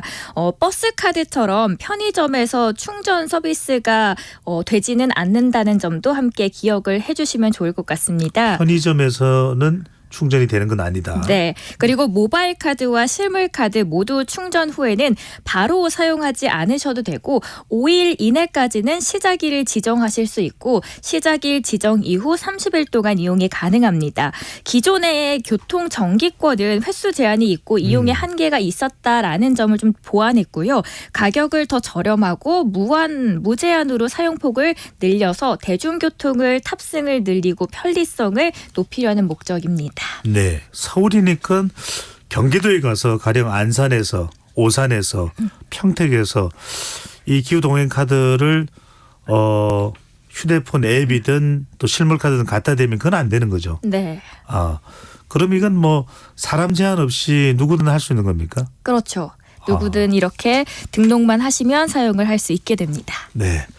자, 아직까지는 서울이니까요. 물론 뭐 경기도하고 인천하고 협의도 뭐 되기는 한다고 하는데 그 내용도 어느 노선까지 되는지 좀 꼭 미리 확인을 해보시면 좋겠습니다. 자, 두 번째 주제입니다. 반려동물과 관련해서 좀 끔찍한 사건이 벌어졌습니다. 여러 온라인 커뮤니티에는 역대급 악마 같은 강아지 유기 사건 발생이라는 제목의 역대급 악마 같은 강아지 유기 사건 발생이라는 제목의 글이 올라왔는데 어떤 내용입니까? 짧게 요약을 해드리자면 먼저 한 견주가 키우던 푸드를 유기했다가 마이크로칩을 통해서 소유자를 확인해 돌려받게 되자 며칠 뒤에 다시 함께 다른 강아지와 이제 버려진 겁니다.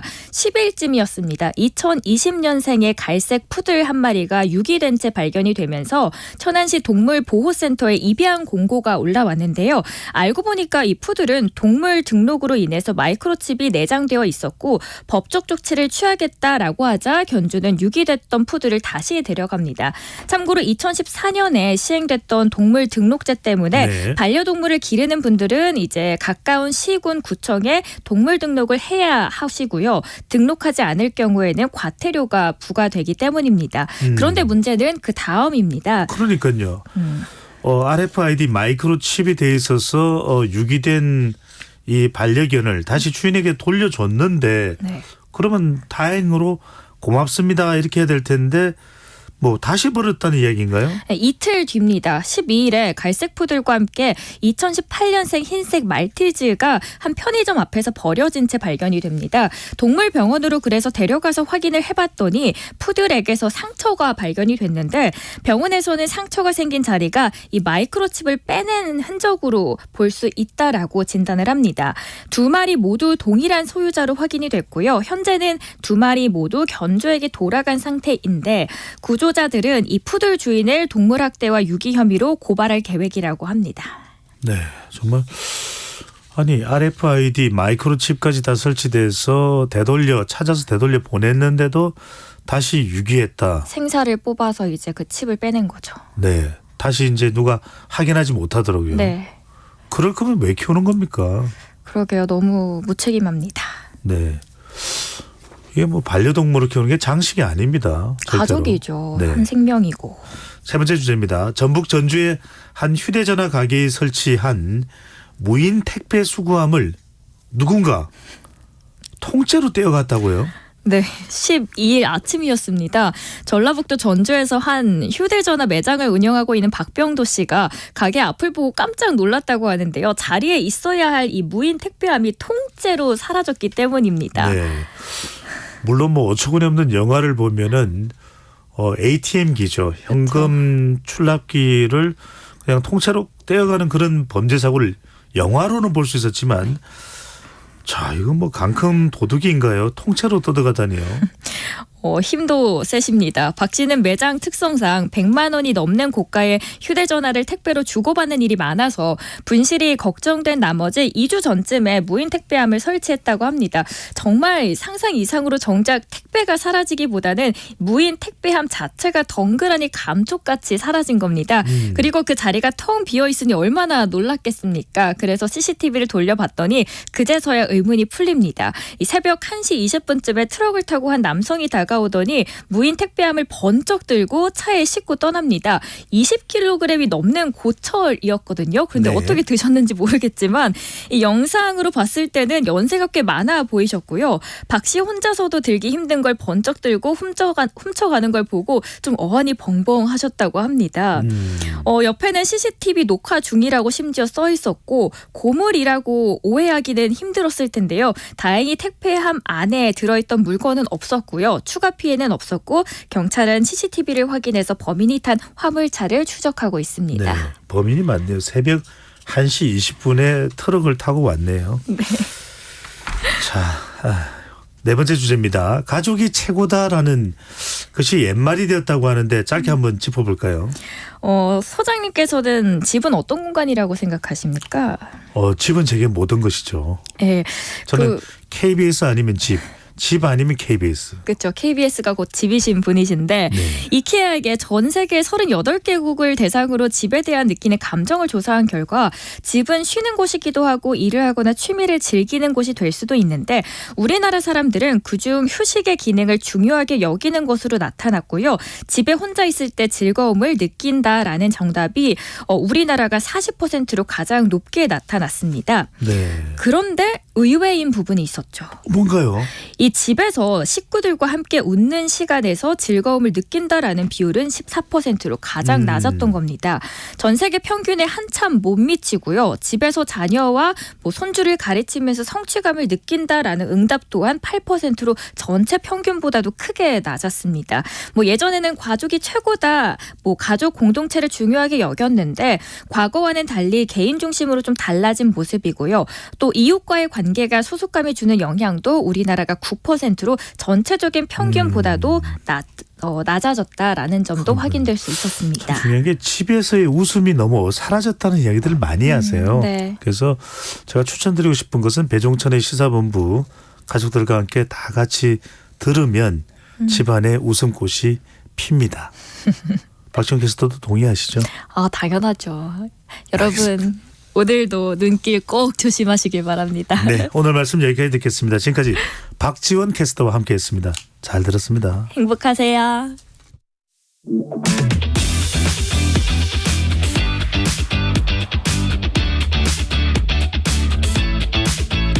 배종찬의 시사본부는 여러분과 함께합니다. 짧은 문자 50원, 긴 문자 100원이 드는 샵 9730. 라디오 어플 콩과 유튜브는 무료로 참여하실 수 있습니다.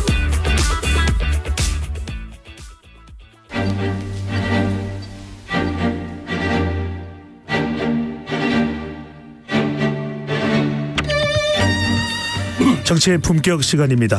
이낙연 더불어민주당 전 대표와 함께하겠습니다. 어서 오십시오. 네, 안녕하세요. 이제는 호칭을 어떻게 해드려야 될까요? 아무렇게나 하세요. 네. 그렇다고 이낙연 선생님 이럴 수는 없고. 아이고. 네네. 그리고 좀 목이 칼칼해질 수가 있으니까 좀 물 한 잔을 좀 준비를 좀 해주시면 좋을 것 같고요. 네, 견딜만 합니다. 네, 먼저 제가 꼭 여쭤보고 싶었던 것이 요즘에 굉장히 좀 보면은 말씀하시는 것도 그 표정도 활기차신데 대선 후보일 때와 국무총리일 때와 지금과 언제가 가장 행복하십니까? 총리였을 때가 좋았어요. 네, 참 인생에서 그런 경우가 드문데 내일이 기다려지고 아침에 해가 뜨면 이렇게 설레기도 하고요. 오늘은 어떤 일이 나를 기다리고 있을까? 오늘은 내가 만날 사람들이 어떤 분들일까? 이런 설렘 같은 게 있었어요.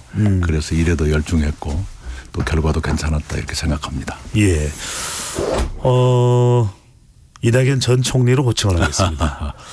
자, 총리께서는 보면은 항상 이 목소리가 상당히 바리톤이십니다. 네, 일부러 그러는 건 아닌데. 엄중 낙인이라고 할 정도로 세네카는 이렇게 말했습니다. 그런데 최근에는 깜짝 놀랄 일이 테너로 또 목소리가 항상 업됐다. 이유가 있습니까? 아니, 그건 아니고요.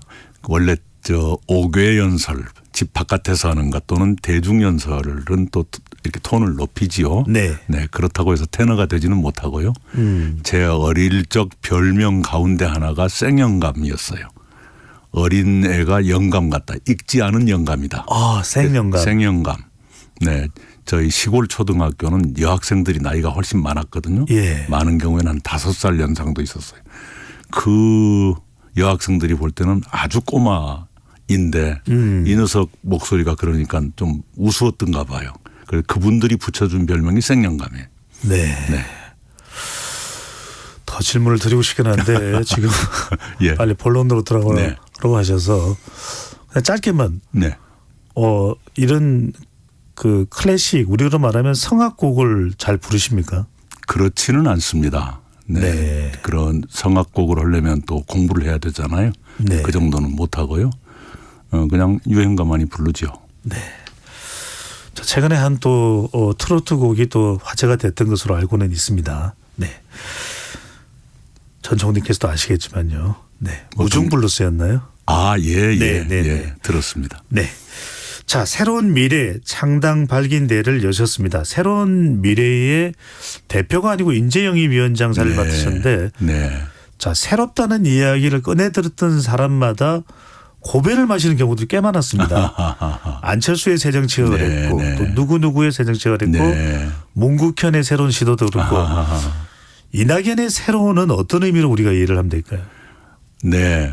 이제 새로운 미래가 문법적으로 맞는 것이냐 미래는 오지 않은 것인데 예, 무슨 그 반대는 낡은 미래라는 것이냐 미래가 어떻게 낡을 수가 있느냐 이런 그 문제 제기도 있습니다. 그런데 우리가 흔히 예상하는 미래와 다른 미래를 한번 준비해 보자 뭐 그런 뜻이라고 저는 생각합니다. 구체적으로는 또 어떤 부분에 우리가 좀 체감하려면은 어떤 새로운 거라고 좀 생각하면 될까요? 우리가 일반적으로 생각하는 것은 늘 오늘의 연장선상에서 내일을 생각하게 되지요. 오늘이 굉장히 절망적이지 않습니까? 모든 국민이 다 그러시는 건 아니겠지만 지금의 정치, 지금의 대한민국으로는 안 되겠다. 뭔가 추락하고 있는 것 같다. 이런 느낌을 많이 가지실 텐데 그런 일반의 예상과는 다른 미래를 만들어 보자. 대한민국이 다시 추락에서 회복으로 돌아가게 하는 또 정치가 지금처럼 국민들을 답답하게 하고 절망케 하는 것이 아니라 뭔가 새로운 희망의 바람구멍 같은 거라도 내자 그런 뜻이겠죠. 방금 전에 추락이 아니라 회복이라는 말씀을 주셨는데 그 추락을 시킨 사람이 그럼 이재명 대표도 책임이 있다고 보시는 건가요? 기본적으로는 제일 큰 책임은 대통령이죠. 윤석열 대통령이요. 당연히. 네. 준비도 경험도 부족한 분이 체제도 좀 엉성한 채로 국정을 운영하고 때로는 즉흥적인 정책도 마구 나오는 것 같아요. 불안할 수 있는 요소가 다 갖춰진 거죠. 네, 그러다 보니까 좀 안심이 안 되고 또 어쩌다 나오는 것들은 또 오히려 퇴행적이고 그런 걱정들이 있는 것이죠. 네. 또 윤석열 대통령의 부족한 점을 또 목소리를 높이시지만 결국 이제 몸담았던 민주당을 떠나면서 바깥에 비치기는 보이기에는 이재명 대표와 상당히 또 각을 세우는 모습처럼 비춰졌는데 많은 분들에게 말씀을 드렸습니다만 이 자리를 통해서 제가 여러 번 사실은 이낙연 전 총리께 출연 요청을 드렸습니다만 한 19초를 했었죠 제가. 네. 그런데 오늘 많은 분들이 지금 다른 날보다도 많은 분들이 지금 보고 계시거든요. 민주당을 떠날 수밖에 없었던 이유는 민주당 때문인가요? 이재명 대표 때문인가요? 그게 분리되기는 어렵겠죠. 예. 대표와 무관하다 그러면 대표를 무시하는 것이지요. 네. 그래서 리더라고 하는 것 아니겠습니까? 네. 상당히 연관이 있다고 봐야 될 텐데요. 단지 저는 어제 저희 발기인대에서 우리 동지들에게 말씀드린 것처럼 뒤돌아보지 말자 해서 이제 민주당 얘기는 웬만하면 안 하고 싶습니다. 네. 가급적이 떠나셨기 때문에. 그러면은 총리께서는 가급적 함구를 하시려고 하는데 한 가지만 더 여쭤보겠습니다. 왜냐하면 신경민 전 의원이 이미 발언을 하셨기 때문에 적어도 다른 사람은 몰라도 윤영찬은 따라 나와서 나를 도와줄 줄 알았다. 왜냐하면 많은 분들이 혹시 오해하고 있기 때문에. 그런데 한 방송에서 신경민 전 의원은 신경민 전 의원도 총리와 가깝지만 윤영찬 의원은 또 유독 가깝습니다. 그래서 아니 뭐냐 배신감이 느껴진다라고 했는데 다른 사연이 있는 건가요? 우리가 모르는. 어떤 사람이나 제3자가 알 수 없는 많은 생각이나 관계가 있을 수 있는 것이지요. 특히 정치인의 거취 결정은 남이 이래라 저래라 할 수 없는 것이고요. 우리 신경민 의원께서 제가 많이 서운해했다고 하셨는데 꼭 정확하지는 않아요. 오히려 그렇게 부족한 저를 여태까지 도와주신 것만으로도 고맙다 이런 마음을 가지고 있습니다. 왜 웃으세요? 꼭 서운한 것은 아니다라는 말씀을 주셔서 아주 편안하지는 않으시구나라는 생각이 들기도 아닙니다. 하고요. 아니 정말로 제가 부족함이 많은데 네. 그동안에 오랜 세월 제 곁에 있어주고 도와준 걸 고맙게 생각합니다. 네. 이낙연 전 총리와 뗄 수 없는 인물은 바로 김대중 전 대통령입니다. 실제로 네. 동아일보의 재직 시에 일본 특파원을 떠나기 전에도 네. 정치 입문을 상당히 많이 권유했었던 네. 김 전 대통령으로 DJ로 알고 있는데 네. 일본 다녀오겠습니다. 일본 가서 견문을 읽히고 와서 예. 넓히고 와서 예. 정치에 기여하겠습니다. 그때 왜 그때 뛰어들었더라면 더 빨리 대선 후보가 되고 대통령이 되지 않았을까라는 호남의 분석도 있는데 네. 그때 김 전 대통령의 권유를 받아고 그때가 1989년이었나요? 그렇습니다. 네, 제가 정확하게 기억을 하는데 네. 동경으로 가신 이유는 뭡니까? 제가 그때 39살이었는데요.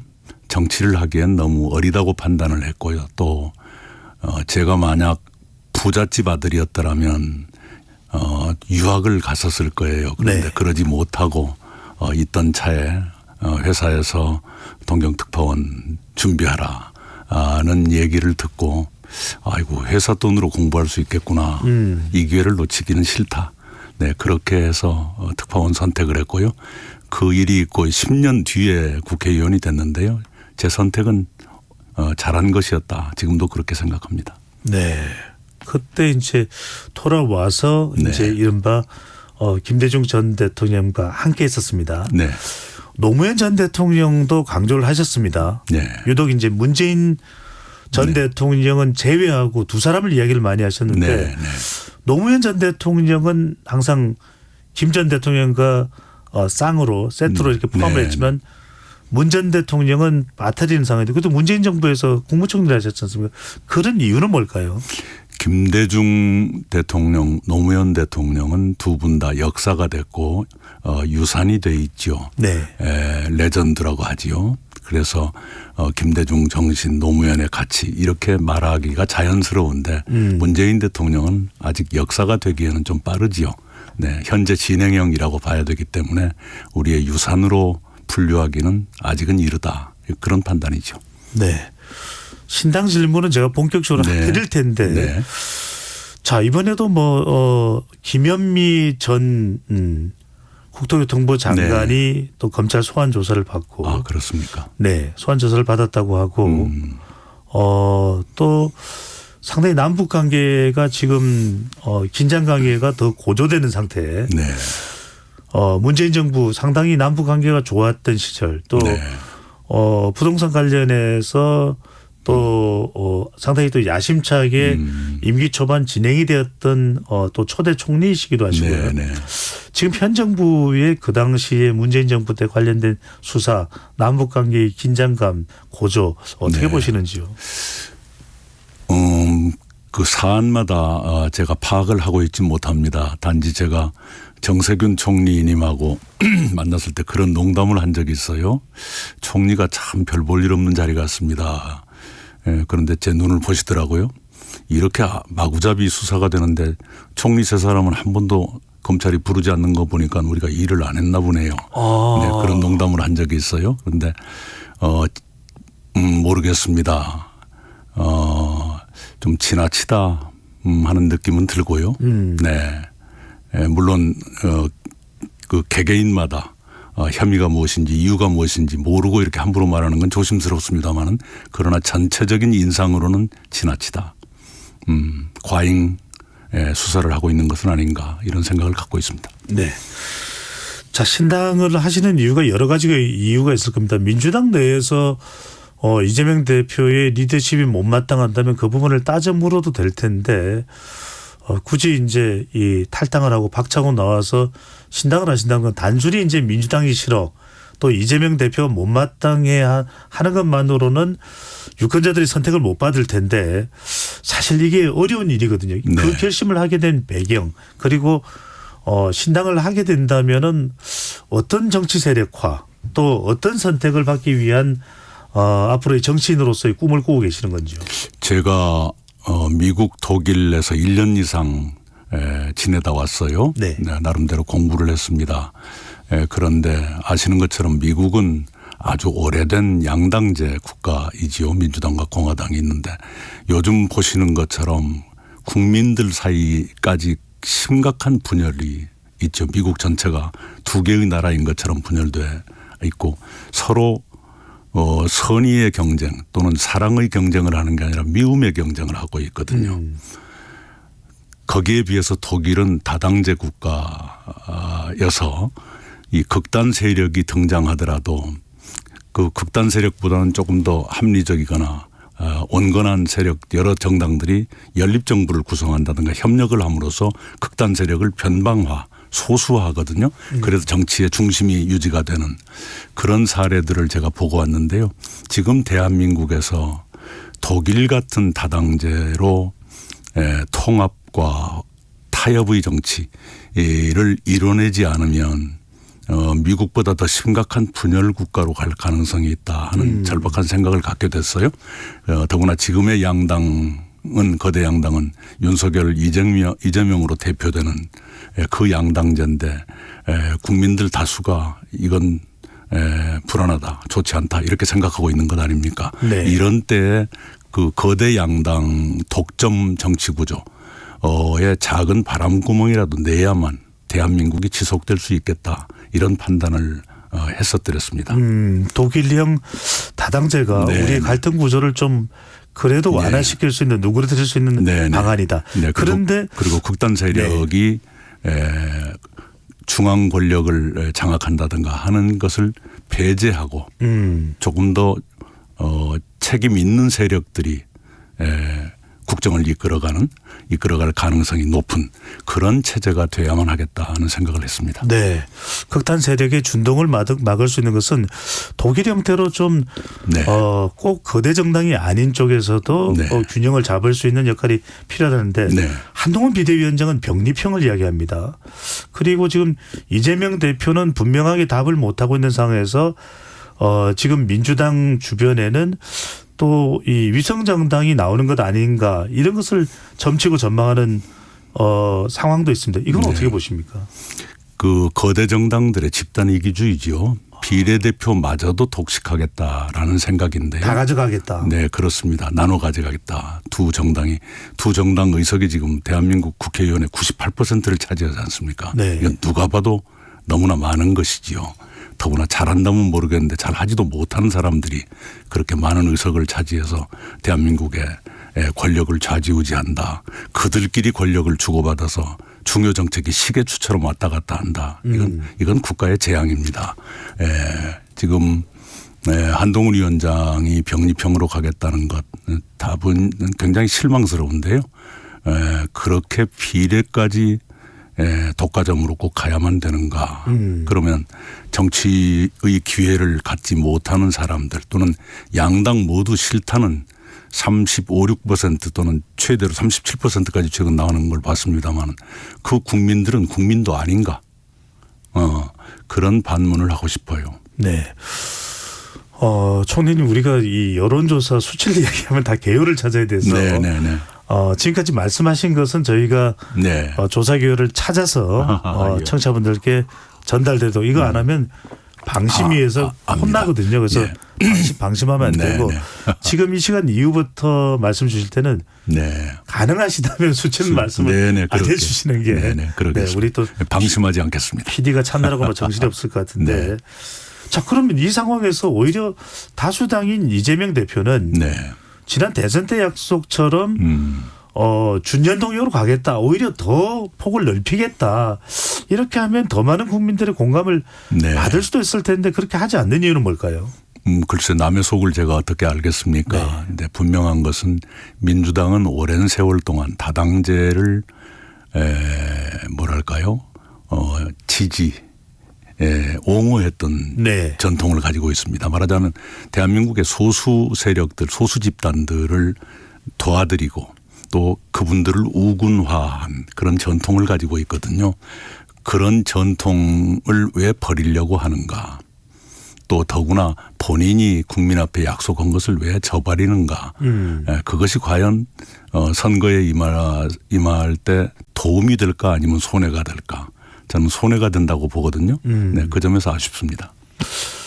자, 이 민주당의 이탄희 의원도 준연동형 비례대표제 또 네. 위성정당을 안 하겠다는 네. 대선 때 약속을 지켜달라 이걸 호소하고 있고 제가 여쭤본 이유는 이낙연 전 총리께서도 탈당하기 전에도 여러 차례 이 부분을 이야기를 해 주셨어요. 네. 그리고 김부겸 전 총리, 정세균 전 총리 이른바 문재인 정부에서의 삼총리 또는 삼총사라고 부릅니다. 예, 달탄양까지 등장하는 삼총사인데 그렇다면 이낙연 전 총리가 이 정도 결연하다면 김부겸, 정세균 두 분도 좀 새로운 미래에 무게를 실어줄 가능성이 있습니까?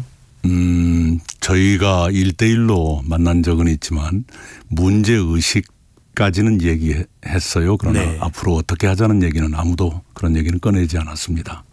네. 그리고 그 정도 되신 분들이 설득한다고 뭐 움직이거나 그러진 않을 겁니다. 네. 그러면 짧은 기간 내에 이른바 이낙연 신당에 동참한다고는 좀 보기 어렵네요. 우선 저희들이 국민들께 뭘 하려고 하느냐 하는 것을 설명해 드리는 것이 더 급한 일이겠죠. 네. 자, 또 하나 최근에 나오는 관련된 여론 주장, 특히 이제 한동훈 비대위원장이 따지고 보면 이낙연 전 총리의 또 대학교 후배이기도 하고요. 네. 근데 유독 86 청산 운동권 정치인 청산 이야기를 참 많이 합니다. 네, 네. 근데 한편으로는 이 관련된 발언으로 상당히 또 여론에 또 호된 또 화살이 이낙연 전 총리에게도 날아오기도 했었는데 몇 %다라고 말씀하셔서 그 부분이 아니라 그 몇 %라고 말씀하시는 부분이 아니라 지금 여론으로도 그건 일반 대중들의 여론입니다. 86 운동권 정치인 청산 퇴진론에 대해서는 어떤 입장이신지요? 일률적으로 어느 세대는 모두 물러가라 하는 것은 꼭 합리적인 것은 아니겠죠. 단지 86 운동권 출신들이 왜 그런 압박을 받게 됐는가 하는 건 성찰할 필요가 있다고 생각하고요. 저는 그 86보다 훨씬 앞선 세대 저보다도 더 선배인 그 민주화 운동에 헌신했던 한 선배를 만났어요. 그분이 그런 말씀을 해요. 네. 지금의 민주당 86세대가 주축이 되어 있는 지금의 민주당이 저지른 가장 뼈아픈 실책은 민주화 세력 전체의 명예를 실추시킨 것이다. 86 이전 세대들은 민주화 운동을 해서도 지금까지도 순수함을 유지하고 있는데 그 후배인 86세대는 순수함을 많이 잃은 것 아니냐. 그 여파로 선배들까지 명예를 잃게 됐다. 그 명예를 회복하는 것, 민주화 세력 전체의 명예를 회복하는 것이 민주당의 책임이다. 이런 말씀을 저한테 하시더군요.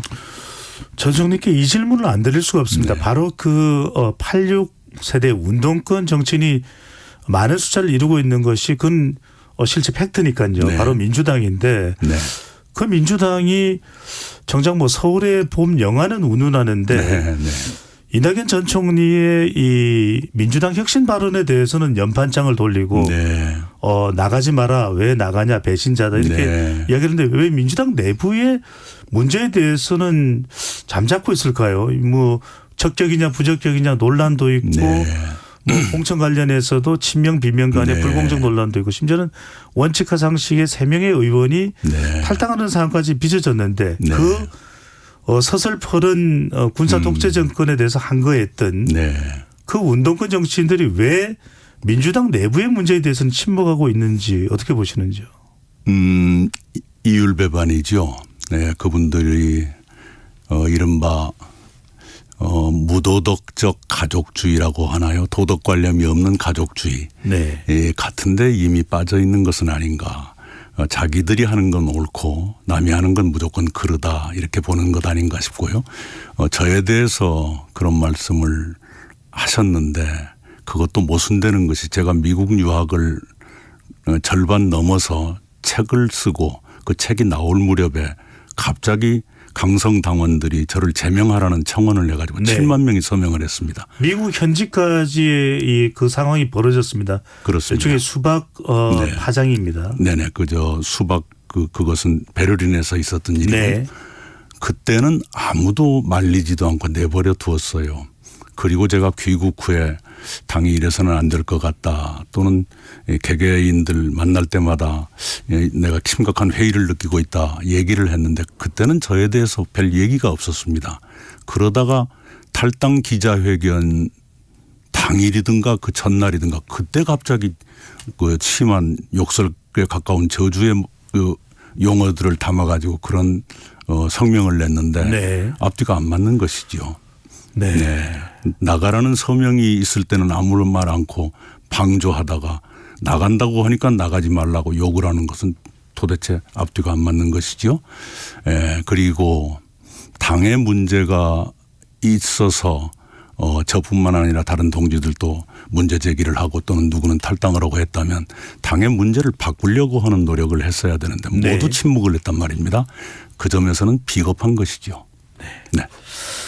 자, 원칙과 상식은 민주당에 뿌리를 두고 있는 3명의 의원이 탈당을 했습니다. 근데 일각에서는 원칙과 상식하고는 적어도 이낙연 전 총리와의 결합은 매우 쉬울 걸로 생각했는데 일각에서 나온 보도입니다. 이원욱 의원은 이제 무소속 의원이 됐죠. 이원욱 의원은 이낙연 신당과의 결합은 좀 선을 긋는다라는 그런 발언이 나오는데 이게 원칙과 상식은 결합입니까? 결합이 아닌 겁니까? 그 세 분 사이에 온도의 차이가 조금씩 있는 것 같고요. 표현의 차이도 있는 것 같습니다만은 기본적으로 당신들이 이렇게 앞장서고 중요한 역할을 하고 싶어 하십니다. 네. 그래서 그 공간을 열어드리도록 노력을 하고 있고요. 현재는 그 단계입니다. 오늘입니까? 바로 그 문제에 대한 협의가 시작됐을 겁니다. 그 협의를 지켜보시면 답이 나올 거라고 생각합니다. 총리께서는 이런저런 좀 지체나 또는 일정의 변화는 있을 수 있지만 적어도 총선 때는 투표일에는 원칙과 상식과 이낙연은 한 배다 이렇게 봐도 될까요? 그럴 가능성이 높다고 봅니다. 우리가 양당의 독점 정치 구조에 변화를 가져오자라고 네. 하는 어려운 숙제를 안고 있기 때문에 힘을 합치는 것이 당연하죠. 단지 그것도 정치 공학적인 통합만 가지고는 국민께 감동을 못 드릴 겁니다. 원칙 있는 협력 이어야 될 것이고 그 원칙을 세우는 노력을 먼저 해야 될 것입니다. 네, 네. 그런 노력을 서로 하게 될 것이라고 생각합니다. 알겠습니다. 조금 전에 이낙연 전 총리가 대담 중에 언급한 여론조사 개요입니다. 한국갤럽이 지난해 11월 21일부터 23일까지 전국 만 18세 이상 유권자 1,001명을 대상으로 조사한 결과이고요. 어느 정당도 지지하지 않는다 무당청 27%로 나타났습니다. 자세한 내용은 중앙선거여론조사 심의위원회 홈페이지를 참조하시면 됩니다. 자, 오늘 제가 10고 초려 끝에 이낙연 전 총리를 모시면서 스튜디오에서 들어오시면서 그런 이야기를 했어요. 하도 이 배종찬 진행자가 연락을 해서 체포당했다라는 말씀이신데 이준석은 체포할 수 있습니까? 이준석 위원장은 체포 가능합니까? 이게 이른바 빅텐트의 성공과 실패의 기준이다라는 이야기가 나오는데 예, 그것도 오늘 협의를 시작했으니까요. 네. 협의 결과를 지켜볼 수밖에 없고요. 거듭 말씀드리지만 선거만을 위한 공학적 결합은 국민께 큰 감동을 드리지 못할 것이다. 원칙을 세우고 협의를 하는 것이 순서일 것이다. 이렇게 생각합니다. 네. 일각에서는 이낙연 전 총리가 사이다가 됐다고 했는데 네. 신당 관련해서는 여전히 아직까지는 그렇죠. 완전 사이다는 아닙니다. 아닙니다. 왜냐하면 협의가 시작됐는데 협의에 임하지 않는 사람이 함부로 말하기 시작하면 혼선이 빚어지지요. 네, 그런 것은 삼가는 게 좋고요. 더구나 각 그 대표들을 대리하는 사람들이 나가서 협의를 시작했는데 뒤에서 평론이나 하고 있으면 그건 올바른 자세는 아니죠. 자, 바로 그 자세입니다. 이낙연 전 총리 관련해서는 바로 민주당의 적자라는 평가도 받았고요. 김대중 전 대통령의 아들이라는 평가. 정치적인 아들이라는 평가, 물론 정작 아들은 또 그렇게 이야기를 안 해서 상당히 곤혹스러운 상황까지 처해지기도 했습니다만 강주 1고와 서울대법대를 나와서 김대중 전 대통령 다음에 대통령이 나온다면 이낙연이다. 어차피 대통령은 이낙연, 그래서 그런 또 용어까지도 나왔었는데 총리님. 네. 단도직입적으로 여쭤봅니다. 호남에서 지지율이 이렇게 안 나오는 이유는 뭘까요? 민주당에 대한 그 오래된 사랑이 있을 거고요. 윤석열 정권을 견제해야 된다, 비판해야 된다, 이런 생각이 우선이겠죠. 네. 그러나 호남도 민심이 출렁거린다는 보도가 나오고 있더군요. 네. 호남이 사실은 총리께는 가장 중요한 지역입니다. 여기에 사랑을 신당을 만드시더라도 호남 기반이 있어야 될 텐데 여기에서 좀 지지를 끌어낼 수 있는 보관이 있으신지요? 보관이라기보다는요. 민심이란 게 몇 가지 이벤트나 기술 가지고 얻을 수 있는 건 아니라는 생각을 가지고 있습니다. 성심을 다해서 설명을 드리는 그 길밖에 없겠죠. 네. 좀 더 길게 해 주셔도 됩니다. 예. 네. 시간 나는 대로 가서 뵙고 제가 왜 이런 낯선 길에 나서게 됐는가.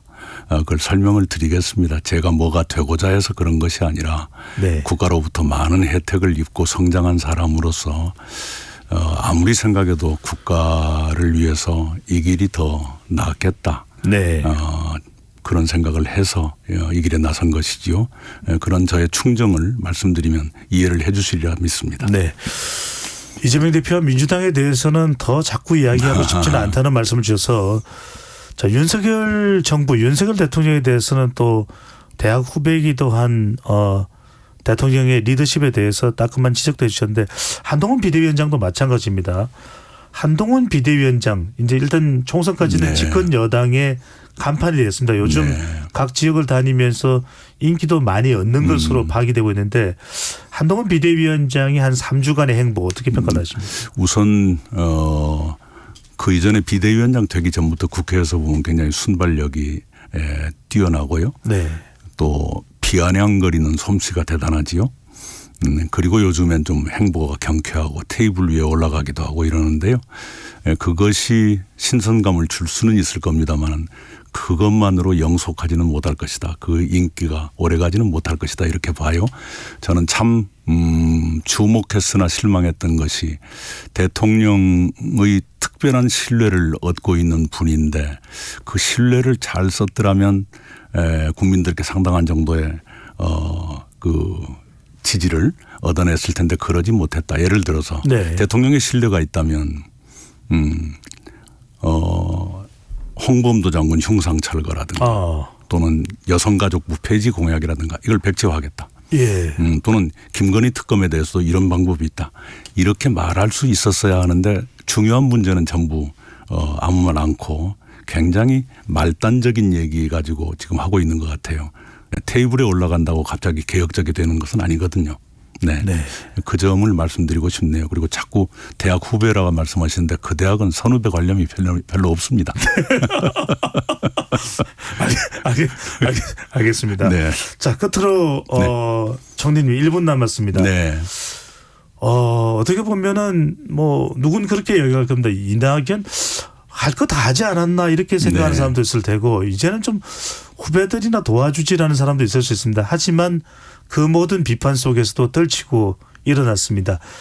이낙연의 미래, 뭐 대선일 수도 있고 아니면은 대한민국의 더 밝은 미래를 지향할 수 있는 것이던데 앞으로 이낙연의 정치 인생 어떻게 설명해 주시겠는지. 저는 지금 하고 있는 것이 저의 마지막 봉사여도 좋다고 생각합니다. 후배들께 길을 열어드리고 싶고 무엇보다도 정치로부터 소외되어 있는 그 말씀은 내가 마음 둘 정당이 없다. 그래서 정치 싫다. 이런 분들을 정치 과정에 모셔서 그분들의 뜻이 정치 과정에 반영되도록 이렇게 길동무를 해드리고 길을 가르쳐드리고 안내를 해드리는 그 일이 가치 있는 일이라고 생각합니다. 제가 그 일이 후배들께도 도움이 되길 바라지 제가 뭘 하겠다 그런 생각 추호도 없습니다. 알겠습니다. 사이다 이낙연 전 총리와 함께했습니다. 잘 들었습니다. 네, 감사합니다.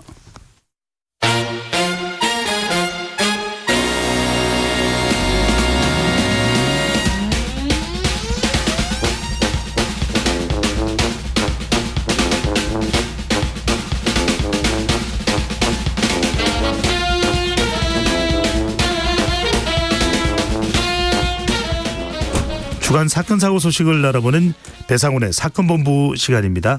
배상훈 프로파일러 나오셨습니다. 어서 오십시오. 안녕하세요. 네, 참 사건 사고는 뭐 사람이 사는 세상이기 때문에 끊이질 않습니다. 자, 이 부분 오늘 여쭤볼 수밖에 없는데 오프닝에서도 말씀을 드렸습니다만 요즘 경찰관 분들이 무척 화났다 이런 또 반응이 나오고 있는데 한파 속에 술에 취한 60대 남성이 집 앞에 방치돼서 숨진 사건이 있었는데 이 남성을 집 앞에 데려다준 경찰관이 벌금형을 선고받았다고 하는데 어찌된 일입니까? 그러니까 집 앞에 데려다 줬는데 뭐 가족들한테 이렇게 좀 문을 두드려서 아이고 술 취한 치기 가족분이신데 좀 데리고 들어가시죠. 뭐 이렇게까지 안 했다는 겁니까? 그 사건 발생은 2022년 11월 30일입니다. 그리고 시간은 자정을 좀 지난 1시 반 조금 전입니다. 시간을 잘 보시면 아시겠지만은 아주 심야 시간이고요. 당시의 온도가 영하 한 6도에서 8도 사이 됐었나 봅니다. 추운 날씨였고 많이 취하신 60대 남성분인데 그 장소가 강북구 수유동인데요. 수유동의 단독주택들이 그 계단이 바깥으로 나와 있는 데가 있습니다. 거기에 이제 어려운 부분은 그겁니다. 저도 이제 이런 취객분들을 집에 모셔다 드리고 그런 적이 있었는데 문제는 그 저녁 시간 같은 경우는 일일이 두들겨 갖고 그 집을 확인해서 이제 모셔다 드리는데 네. 이게 1시 반입니다. 새벽.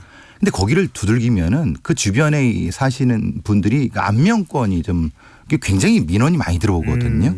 그러니까 여기서 두 경찰관이 실제로는 벌금형이 뭐 400만 원, 300만 원 나왔는데 그리고 당연히 이제 돌아가셨기 때문에 사실 그거에 대한 책임은 면할 길이 없습니다. 그런데 경찰들이 상당히 화를 내고 하는 것은 화가 난 것은 그럼 어떻게 써야 되느냐? 대안이 뭐냐? 만약에 그분을 안 모셔다 드리고 파출소에 있게 할 수도 없고 왜냐하면 거기는 있을 공간이 없거든요. 그럼 다른 별 공간이 없어요. 그런데 그러면은 그 취하신 분을 모시고 일일이 문을 두들겨 써야 되느냐? 그런데 분명히 연락을 하고 가족들인데 가족도 연락이 안 됐나 봅니다. 문은 잠겨 있고 그럼 어떻게 해야 되느냐? 그러니까 그런데 물론 이제 그래서 이제 예전 같은 경우는 그분을 또 병원 응급실에 모시는 경우도 있었고요. 그냥 어쩔 수 없이 파출소에 대기 의자에 모셨다가 사실은 낙상하셔서 머리가 이제 깨지는 그런 일도 있었거든요. 그러니까 이제 이게 방법을 좀 제시해 달라. 이런 얘기가 경찰들이 화가 난 부분입니다. 네. 아니 그러면 이렇게 처리를 했는데 예. 벌금형을 받았다. 그러면은 배 프로파일러 보시기에는 앞으로 이런 경우가 사례가 있을 유사 사례가 있을 경우에는 어떻게 해야 되는 겁니까? 그러니까 그래서 이제 당시에 이게 이 사건이 2022년 11월이니까 벌써 재작년 일입니다. 그때도 논란이 엄청 많았습니다. 그래서 오죽 그 다른 대안 중에서 하나가 그러면 지자체에서 맡아라. 지자체의 별도의 주치자 공간을 만들어 갖고 거기에 별도의 인력을 투입해서 경찰 인력이 아니라 이걸 이제 그렇게 하는 방법도 있을 것이고 또 하나는 이제 그럼 별도의 지구대의 공간을 마련해서 또 하나가 있을 것이고 네. 그러니까 사실 그 두세 가지 방법밖에 없지 않느냐라고 하는 부분인데 그 모든 것이 결국은 지자체에 또 부담을 넘기는 거다라고 해서 얘기가 되다가 못 되고 지금은 뭐 저를 포함해서 많은 분들이 사실은 결국은 쫓아다니면서 문을 두들기면서 열어야 되는 것이 아니냐. 물론 그때 또 민원이 많이 들어올 겁니다. 그래도 그렇게 할 수밖에 없는 것이 아니냐. 지금 방법은 저도 좀 난감합니다. 제 후배들 얘기 들어도 네. 그거 어떻게 해야 돼요? 그러네요. 자칫 잘못하면 이런 복잡한 사안 때문에 이게 자칫 지나쳐 버릴 수도 있을 테고 자칫 잘못하면 그렇죠. 이게 악화가 양화를 구축하는 형태가 되면 안 되니까요. 아예 신고를 안 받는 경우도 생길 수도 있고. 그러니까 길거리에 있는 어떤 술 취한 분들을 어떤 시민이 신고를 해서 모시고 가야 되는데 아예 그것이 후순위를 밀려버리면 그럼 길거리에서 똑같이 돌아가시는 경우가 되면은 이런 것들에서 무엇인가 뭔가 기준이 마련돼야 될 것 같아요. 이웃에 비슷한 사회적 구조를 가지고 있는 뭐 일본이나 다른 나라는 어떤 사례인지를 좀 분석을 해서 기준이 세워져야 되지 임기응변식으로 대응하라는 건 말이 안 되는 거죠. 법상으로 그러면 아예 저는 사실 그렇게 생각했습니다.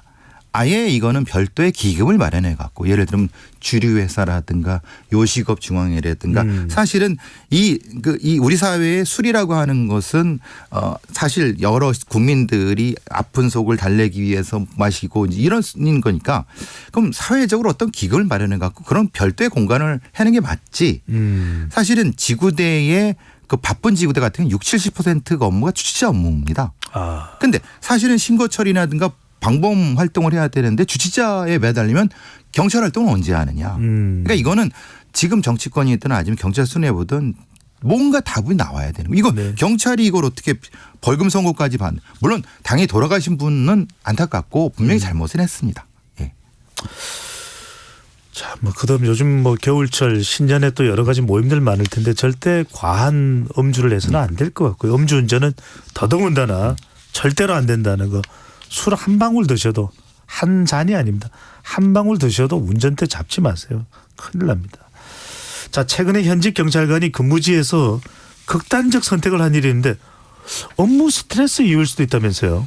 네, 사실 경찰관들이 이런 어떤 그 선택 때문에 전국에 5개 넘게 뭐 경찰 트라우마 센터라는 것을 개설을 했습니다. 필요합니다. 네. 왜냐하면 가서 이제 힘들 때 와서 얘기 좀 하고 상담 센터 같은 겁니다. 이 경찰 트라우마 센터라고 하는데 문제는 그게 경찰들이 자기가 스스로 가야 됩니다.